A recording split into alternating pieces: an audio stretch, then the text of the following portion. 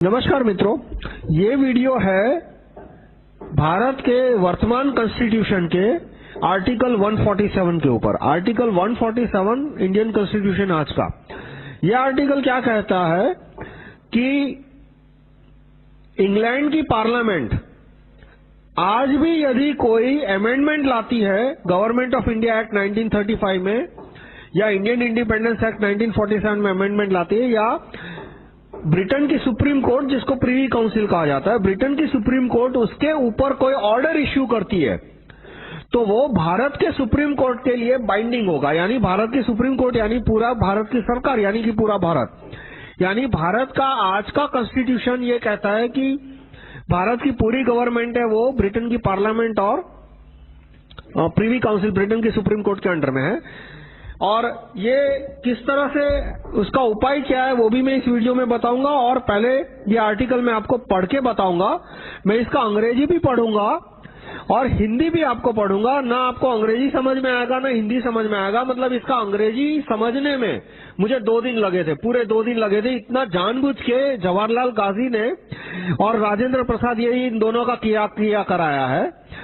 इन दोनों ने जानबूझ के इतनी कठिन अंग्रेजी लिखी है कि आप अंग्रेजी भी नहीं समझ पाओगे। उसका हिंदी में भी मैं आपको पढ़ के बताऊंगा कि राजेंद्र प्रसाद ने ये हिंदी लिखा है कि वो हिंदी ऐसा है कि वो हिंदी भी आप समझ में नहीं पाओगे।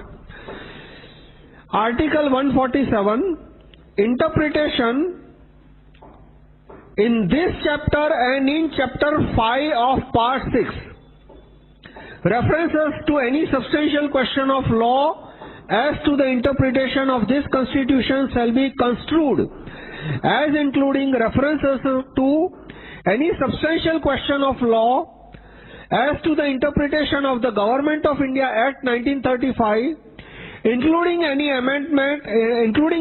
enactment amending or supplementing that act, or any order in council or order made thereunder, or of the Indian Independence Act 1947 or of any order made thereunder। ये आया आर्टिकल यहाँ पे खत्म होता है। यानी इतने सारे शब्दों मैंने बोल दिए, एक भी फुल स्टॉप नहीं है, सिर्फ एक ही फुल स्टॉप आखिर में आता है वही। और कॉमा भी वैसे देखो तो एक भी कॉमा नहीं है, क्योंकि government of India act comma 1935 वो एक्चुअली कॉमा नहीं हुआ, वो सेंटेंस सेपरेटर नहीं है सिर्फ वो। तो पूरा सेंटेंस मैंने आपको पढ़ दिया, कहीं कॉमा फुल स्टॉप नहीं आता। अब मैं इसका हिंदी पढ़ के देता हूँ, हिंदी भी आपको समझ में नहीं आएगा, इतनी मुश्किल हिंदी राजेंद्र प्रसाद ने यहाँ पे लिखी है। निर्वचन, पहले तो निर्वचन शब्द का अर्थ मुझे नहीं पता, आप में से कितनों को पता होगा। उसका अर्थ होता है इंटरप्रिटेशन। निर्वचन, निर्वाचन नहीं, ये अलग शब्द है। देखिए जानबूझ के ऐसे शब्दों का इस्तेमाल किया है कि सुनने वाला जो आम आदमी है वो पढ़ेगा तो कुछ और ही समझ के बैठेगा। मैं फिर से पूरा आर्टिकल पढ़ता हूँ हिंदी में। निर्वचन, इस अध्याय में और भाग 6 के अध्याय 5 में इस संविधान के निर्वचन के बारे में विधि के किसी सार्वजन प्रश्न के प्रति निर्देशों का यह अर्थ लगाया जाएगा कि उनके अंतर्गत भारत शासन अधिनियम 1935 के, जिसके अंतर्गत उस अधिनियम के संशोधक या अनुपूरक कोई अधिनियमित है, अथवा किसी सपरिषद आदेश या उसके अधीन बनाए गए किसी आदेश के, अथवा भारतीय स्वतंत्रता अधिनियम 1947 के या उसके अधीन बनाए गए किसी आदेश के निर्वचन के बारे में विधि के किसी सार्वजनिक प्रश्न का निर्देश है। ये पूरा हिंदी वाक्य मैंने बोल दिया। कितने शब्द हैं इसमें? 1 2 3 4 5 6 7 8 9 10, करीब 80 जितने शब्द होंगे, 80-90 जितने शब्द है। कहीं भी फुल स्टॉप नहीं आता, और जो कॉमा आता है वो भी सेंटेंस सेपरेटर की तरह नहीं आता। भारतीय स्वतंत्रता अधिनियम कॉमा 1947, वो कॉमा निकाल दो तो भी कोई फर्क नहीं पड़ता। तो इस तरह से पूरे में मुश्किल से 2 कॉमा आते हैं, ये इसकी हिंदी है। मैं आपको रिक्वेस्ट करूंगा, आप गूगल करो आर्टिकल 147 हिंदी, आपको मेरी ऑर्कुट में ये वीडियो है, उसकी पोस्ट में भी आपको मिल जाएगा। इसका हिंदी अनुवाद और अंग्रेजी अनुवाद दोनों आपको इसी वीडियो के कमेंट में, पहले कमेंट में आपको मिल जाएगा। आपको ये हिंदी नहीं समझ में आएगा, आप हिंदी किसी एमए वाले को पढ़ के बताओ, वो भी नहीं समझ पाएगा पहली 2-3 बारी में। अब मैं आपको इसका अर्थ बताता हूं क्या होता है। इसमें सपरिषद शब्द लिखा है। परिषद का अर्थ होता है काउंसिल।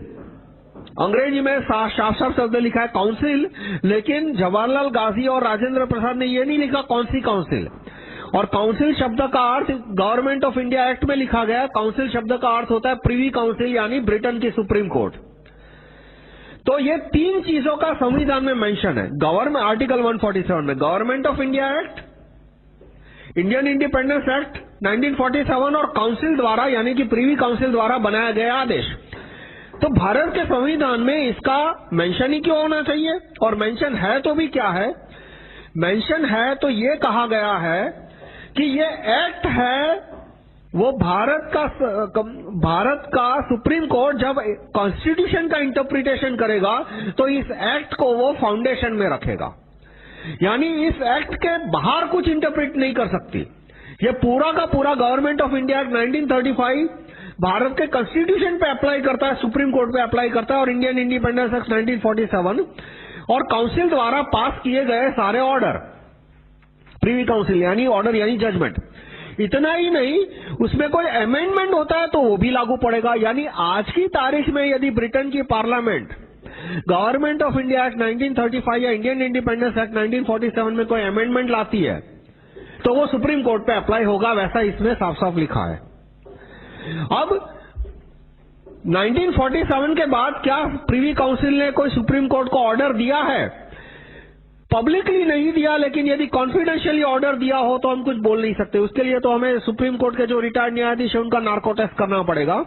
वो लंदन अक्सर जाते रहते हैं, सुप्रीम कोर्ट के जज लंदन अक्सर जाते हैं, प्रीवी काउंसिल के जजों से भी मिलते रहते हैं, और उसमें यदि प्रीवी काउंसिल के जज ने उनको आर्टिकल 47 दिखा के कहा हो कि देखो हमारे पास पावर है, तुम्हारे कॉन्स्टिट्यूशन में लिखा है कि हमारे पास पावर है कि हम तुम्हें ऑर्डर दे सकते हैं इंटरप्रिटेशन के मुद्दे पे, और उन्होंने खानगी में कॉन्फिडेंशियल कोई ऑर्डर दिया हो और उस ऑर्डर के आधार पर सुप्रीम कोर्ट ने जजमेंट दिया हो, ये एक पॉसिबिलिटी है और उसको नकारा नहीं जा सकता। कहने का अर्थ यही है कि इसमें साफ साफ लिखा है कि प्रीवी काउंसिल यदि कोई ऑर्डर देती है, और ऑर्डर किसके अंडर? यदि गवर्नमेंट ऑफ इंडिया एक्ट 1935 के अंडर या इंडियन इंडिपेंडेंस एक्ट 1947 के अंडर, तो भारत की सुप्रीम कोर्ट को वो मानना पड़ेगा। ऐसे भारत के संविधान में जवाहरलाल गांधी और राजेंद्र प्रसाद ने लिख दिया है।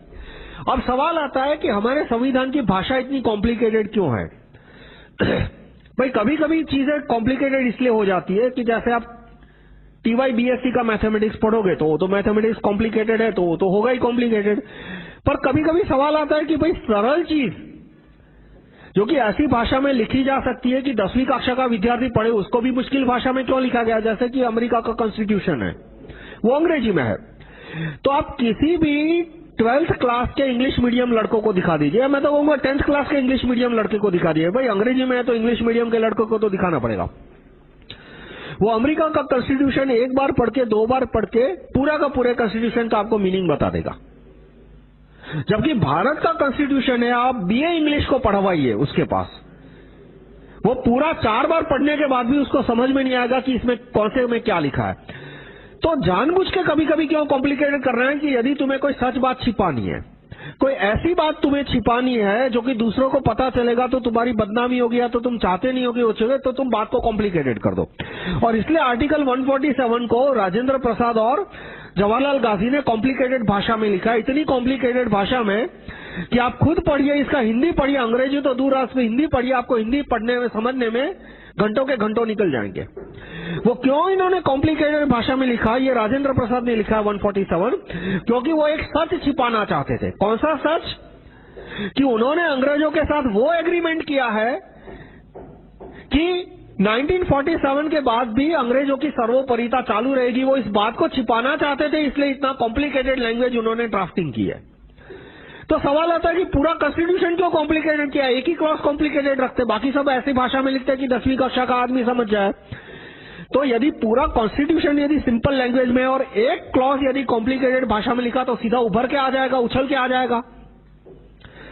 देखो पूरे कॉन्स्टिट्यूशन में 395 आर्टिकल है, करीब करीब 400 मान लो, पूरा लगभग कुछ 200 पेज का डॉक्यूमेंट आता है। मतलब इस तरह के पेज में बड़े हैंडराइटिंग से लिखा जाएगा तो 400 पेज हो जाएंगे। नॉर्मल हैंडराइटिंग में, ऐसे हैंडराइटिंग में लिखा जाएगा तो 200 पेज का डॉक्यूमेंट बनेगा। अब 200 पेज में सारे के सारे पेज, सारे के सारे आर्टिकल यदि सरल हिंदी में लिखे, सरल अंग्रेजी में लिखे, और एक आर्टिकल जिसमें ये सच छिपाना है वो कॉम्प्लिकेटेड में लिख दिया तो उभर के आ जाएगा कि भाई इसको भी सिंपल इंग्लिश में लिखो। तो आदेश उनका पर्पस क्या था कि भाई ऐसी कॉम्प्लिकेटेड लैंग्वेज में लिखो कॉन्स्टिट्यूशन को कि आदमी उसके 10, 15, 20 क्लॉज पढ़े, उसमें उसके दिमाग का ऐसा दही हो जाए कि बाद में वो कॉन्स्टिट्यूशन का दोबारा जिंदगी में कभी हाथ न लगाए। मतलब ऐसी कॉम्प्लिकेटेड लैंग्वेज की वो उसको, जैसे कि मैं आपको बहुत इतना परेशान करूं, आप किसी गवर्नमेंट की ऑफिस में या अदालत में इतना परेशान करूं, इतना पर कि 10 दिन में आप इतने परेशान हो जाओगे, 11वें दिन आप अपनी शक्ल दिखाने नहीं आओगे। तो यही उनके संविधान लिखने के पीछे मोटिव या मंशा थी कि ऐसी कॉम्प्लिकेटेड लैंग्वेज में कॉन्स्टिट्यूशन लिखो कि आम आदमी तो क्या, कोई 12th का पढ़ा लिखा लड़का भी उसको पढ़े तो वो 80वें 90वें क्लॉज में आते आते उसके दिमाग का ऐसा दही हो जाए कि वो बाद में जिंदगी में कभी कॉन्स्टिट्यूशन को हाथ लगाने की हिम्मत ना करे। इसलिए उन्होंने कॉन्स्टिट्यूशन के एक एक क्लॉज इतनी मुश्किल हिंदी और अंग्रेजी में लिखे हैं कि आदमी समझ ना पाए। तो अब सवाल आता है कि ये उन्होंने शर्त स्वीकारी क्यों? जवाहरलाल गांधी और दुरात्मा गांधी उस समय जीवित नहीं थे, ये उनकी हत्या हो गई थी, लेकिन जो शर्त थी कि अंग्रेजों की सर्वोपरिता चालू रहेगी, वो उस समय दुरात्मा गांधी जीवित थे, तो उनको इस रिस्पॉन्सिबिलिटी से निकाला नहीं जा सकता। मैं वल्लभ भाई पटेल पे ये इतनी जिम्मेदारी इतनी नहीं थोपूंगा क्योंकि उस समय वो कांग्रेस में बहुत जूनियर थे, मतलब कांग्रेस में पूरी सत्ता शासन ये दो लोगों ने मोनोपोलाइज करके रखी थी, जवाहरलाल गांधी और दुरात्मा गांधी, और मुस्लिम लीग का पावर पूरा जिन्ना के हाथ में था। तो ये तीन लोग की तूती बोलती थी। जो वल्लभ भाई पटेल थे वो इस फिराक में थे कि कब थोड़ा बहुत पावर कांग्रेस के कार्यकर्ताओं में आए, क्योंकि कांग्रेस के कार्यकर्ताओं में पावर आता तो वो दूसरे दिन जवाहरलाल गांधी को नौकरी से निकाल के सारी बागडोर वल्लभ भाई पटेल को देने वाले थे। वो एक बार हो भी चुका था, वो एक पूरे मेरा दूसरा वीडियो है जिसमें मैंने एक्सप्लेन किया है कि कांग्रेस के जब कार्यकर्ताओं ने डेलीगेट चुन के भेजे थे तो पूरे इंडिया में से कुछ 26 या 30 जितने डेलीगेट आए थे, जिनमें से 4 डेलीगेट ने बोला कि जवाहरलाल गांधी को प्राइम मिनिस्टर बनाओ और बाकी 26 ने बोला कि सरदार वल्लभ भाई पटेल को बनाओ। लेकिन दुरात्मा गांधी ने सरदार वल्लभ भाई पटेल को धमकाया कि तू बैठ जा, और उस समय दुरात्मा गांधी का होल्ड था मीडिया पे, इसलिए ऐसा नहीं है कि सरदार वल्लभ भाई पटेल डर के बैठ गए, पर उन्होंने देखा कि भाई पहली बाजी इनको जीत लेने दो, दूसरी बाजी में जब एक पॉइंट के बाद तो जैसे जैसे दुरात्मा गांधी की बात सच पता लगेगी लोगों को कि ये तो बनावटी खोखला आदमी है, वैसे वैसे अपने आप मेरे हाथ में बाजी आ जाएगी, तो वो टल गया। पर ये जो क्लॉज है उसका श्रेय, ये ड्राफ्टिंग का श्रेय दो लोगों का जाता है, जवाहरलाल गांधी और राजेंद्र प्रसाद। संविधान में सबसे ज्यादा ड्राफ्टिंग की वो राजेंद्र प्रसाद ने की, अम्बेडकर ने नहीं किया। अम्बेडकर ने फंडामेंटल राइट्स लिखा था, ड्राफ्ट लिखे थे बेसिक, उसके बाद उनको कमिटी ने लगभग अनदेखा कर दिया था क्योंकि उन्होंने यूनिवर्सल वोटिंग की मांग की थी, जबकि राजेंद्र प्रसाद और जवाहरलाल गांधी यूनिवर्सल वोटिंग नहीं आना चाहते थे। इसलिए कॉन्स्टिट्यूशन के यूं समझो कि शुरुआत के 4-5 महीने बाबा अम्बेडकर की बात सुनी जाती थी, उनको बोलने का मौका दिया जाता था, उसके बाद उनको बोलने का मौका भी नहीं दिया गया था।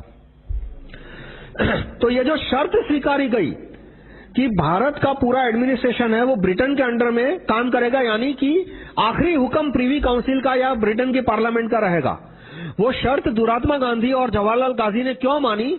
क्योंकि अंग्रेज जो उद्योगपति थे, टाटा बिरला, साराभाई, बजाज, वो अंग्रेज के अंडर में थे। वो अंग्रेज के अंडर में क्यों थे? क्योंकि उनकी फैक्ट्रियां सारी अंग्रेजों के मशीनरी पे चलती थी। यदि अंग्रेज उनको स्पेयर पार्ट भेजना बंद कर देते तो उनकी फैक्ट्री 2 दिन में बंद हो जाती। तो अंग्रेजों ने ये 4-5 जो बड़े उद्योगपति थे उनको बोला कि भाई तुम दुरात्मा गांधी और जवाहरलाल गांधी दोनों को समझाओ कि वो हमारे कंट्रोल में रहे। और मीडिया पूरा अंग्रेजों के हाथ में था, टाइम्स ऑफ इंडिया और पूरा अंग्रेजी मीडिया, और जो हिंदी मीडिया था वो ये भारत के सेठ लोगों के हाथ में था। और दुरात्मा गांधी पूरा मीडिया के ऊपर टिके हुए थे कि मीडिया उनकी बात छापता था और मीडिया रोज उनके फोटो छापता था कि ये महात्मा है, ये महात्मा है, और उसके आधार पे उनका पब्लिक में बोलता।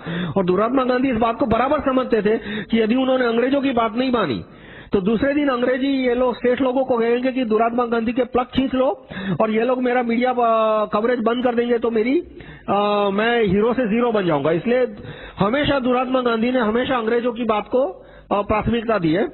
तो वो शर्त स्वीकारने का कारण ये रहा कि ये दोनों नेता थे, दुरात्मा गांधी और जवाहरलाल गांधी, वो भारत के अमीरों के सामने विद्रोह नहीं करना चाहते थे, और भारत के जो अमीर परिवार थे उस समय के, वो अंग्रेजों के सामने विद्रोह नहीं करना चाहते थे क्योंकि उनकी मशीनरी सारी अंग्रेजों के स्पेयर पार्ट पे चलती थी।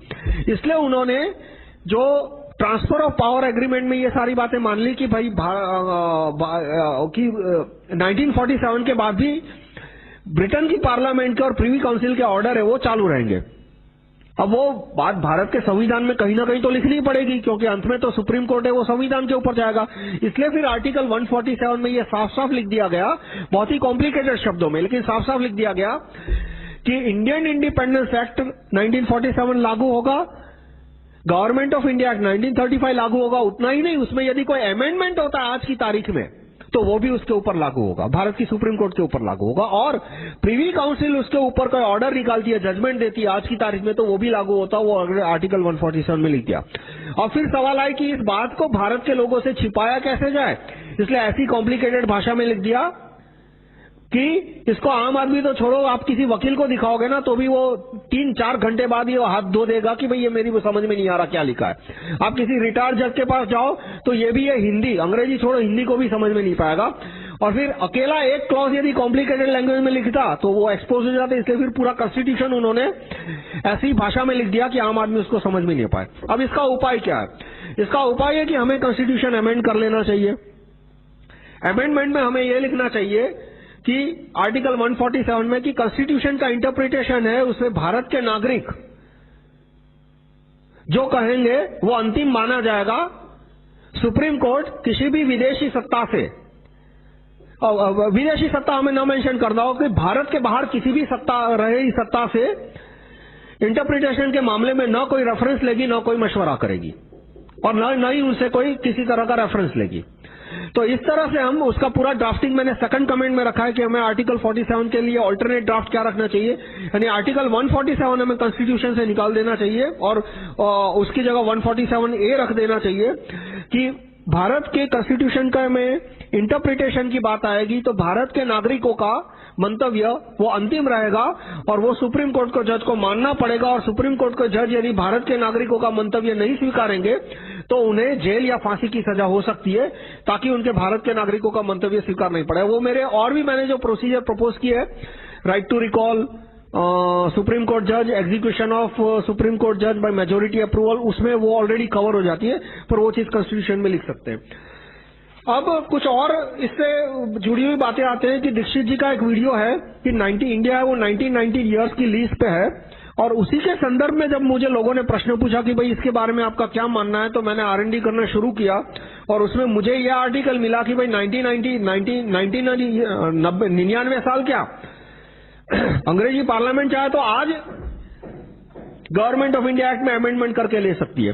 तो वो जो 99 ईयर्स की लीज के डॉक्यूमेंट जो है वो ऐसा कहा जाता है कि वो कॉन्फिडेंशियल है और वो सिर्फ प्राइम मिनिस्टर को दिखाए जाते हैं। कब दिखाए जाते हैं कि एक प्राइम मिनिस्टर जब रिटायर होता है और दूसरा प्राइम मिनिस्टर आता है तो ओथ लेने के बाद तुरंत उसको साइन करना पड़ता है एक डॉक्यूमेंट पे, और वो जिस डॉक्यूमेंट पे साइन करते हैं वो पब्लिक को आज तक नहीं दिखाया गया। हर एक नया प्राइम मिनिस्टर जब ड्यूटी पे आता है तो राष्ट्रपति उसको प्राइम मिनिस्टर के लिए पहले इनवाइट करता है, फिर उसकी ओथ होती है, ओथ प्रेसिडेंट लेता है और उस पर जब वो साइन करता है एक कागज पे तभी वो उसको प्राइम मिनिस्टर के सारे पावर उसको हाथ में आते हैं। और जिस डॉक्यूमेंट पे वो साइन करता है वो पूरा डॉक्यूमेंट आज तक पब्लिक को नहीं दिखाया गया, और ऐसा कहते हैं कि शायद किसी मिनिस्टर को भी नहीं दिखाया, शिवा की गिने चुने मिनिस्टर को और प्राइम मिनिस्टर को छोड़ के। और उस डॉक्यूमेंट में ये सारी बातें लिखी है कि ट्रांसफर ऑफ पावर की जो सप्लीमेंट एग्रीमेंट है जो कि पब्लिकली डिस्क्लोज नहीं है, वो उसकी कॉपी गवर्नमेंट ऑफ इंडिया में तो कहीं ना कहीं होगी, वो भी आज का प्राइम मिनिस्टर उसको फॉलो करेगा। और उसमें अब वो डॉक्यूमेंट पूरा का पूरा यदि पब्लिश होता है तो और जानकारी आ सकती है। और ये सब आरटीआई में नहीं आएगा, क्योंकि आरटीआई का जो कानून है उसमें लिखा है कि president of India is outside the purview of RTI. Right to information में प्रेसिडेंट ऑफ इंडिया नहीं आता। और प्राइम मिनिस्टर जिस डॉक्यूमेंट पे साइन करता है ओथ लेने के बाद, ऐसा कहा जाता है कि वो डॉक्यूमेंट की कॉपी प्राइम मिनिस्टर के पास भी नहीं रहती, वो सिर्फ प्रेसिडेंट हाउस में ही रहती है, वो कॉपी प्रेसिडेंट हाउस के बाहर नहीं जाते। अब ये सारे वेरीफाई करने पड़ेंगे किसी प्रेसिडेंट से पूछ के कि भाई जो डॉक्यूमेंट पे प्राइम मिनिस्टर साइन करते हैं उसमें इस तरह का कोई मेंशन है कि ट्रांसफर ऑफ पावर के एग्रीमेंट की सारी शर्तें इस पे लागू होगी। अब ये जो मैंने आपको बताया कि कारण क्या थे कि अंग्रेजों की ये सारी शर्तें माननी पड़ी जवाहरलाल गांधी को और दुरात्मा गांधी को। एक कारण मैंने बताया वो भारत के उद्योगपतियों का, कि जो उस समय के जो भारत के 4-5 बड़े उद्योगपति थे वो अंग्रेजों की गुलामी से निकलना नहीं चाहते थे, क्योंकि यदि अंग्रेजों ने स्पेयर पार्ट भेजने बंद कर दिए होते तो भारत के लोग स्पेयर पार्ट बनाना शुरू कर देते। ऐसा तो नहीं है कि दुनिया में सिर्फ एक ही आदमी को स्पेयर पार्ट बनाना आता है, लेकिन भारत में के लोग स्पेयर पार्ट बनाना शुरू करते तो वो 4 परिवारों की हो सकता है मोनोपोली खत्म हो जाती। दूसरे परिवार और या तो दूसरे कारीगरों का पूरा एक वर्ग आ जाता जो कि मशीनरी बनाने में एक्सपर्ट है, तो उनको अपना पावर कायम रखना था, इसलिए वो अंग्रेजों की एक के बाद एक सारी शर्तें मानते गए। एक और कारण भी ये हो सकता है कि उस समय राष्ट्रपिता महात्मा सुभाष चंद्र बोस, ध्यान से सुनना, राष्ट्रपिता महात्मा सुभाष चंद्र बोस, मैं मोहन भाई या दुरात्मा गांधी को राष्ट्रपिता नहीं मानता, वो शायद जीवित थे। वो जीवित थे और वो रूस में थे, और अंग्रेज जवाहरलाल गांधी को और दुरात्मा गांधी को इस बात पे दबाते थे कि यदि तुमने हमारी शर्तों को नहीं माना तो हम राष्ट्रपिता महात्मा सुभाष चंद्र बोस को भारत भेज देंगे, तो तेरे लिए तो प्रधानमंत्री बनने के ख्वाब है, तो कॉर्पोरेशन का इलेक्शन नहीं जीत पाएगा।